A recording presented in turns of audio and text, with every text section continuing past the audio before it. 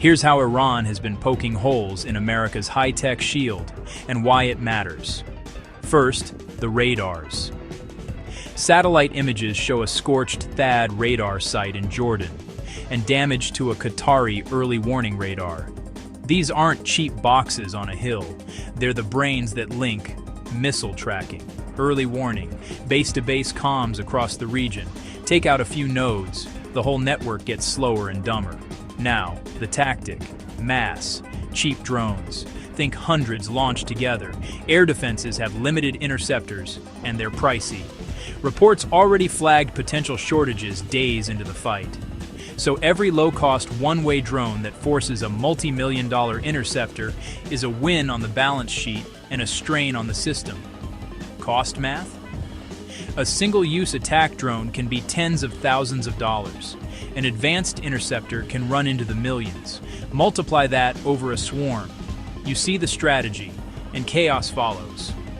In Kuwait, 3 U.S. F-15Es were lost to friendly fire, amid a sky full of Iranian aircraft, missiles, drones. Crews survived, but it shows how congested airspace and many simultaneous threats create split-second, high-stakes mistakes.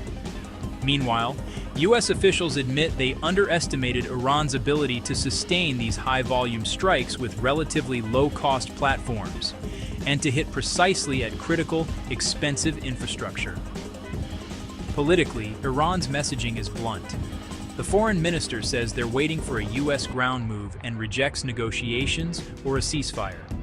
After the assassination of Iran's supreme leader and senior family members, Tehran is framing this as existential, which helps explain the escalation against not just forces, but the connective tissue of U.S. operations.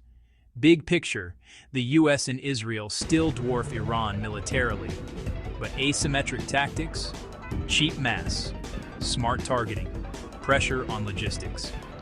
In modern conflict, cost curves and resilience can matter as much as raw firepower. And that's exactly where Iran is pressing.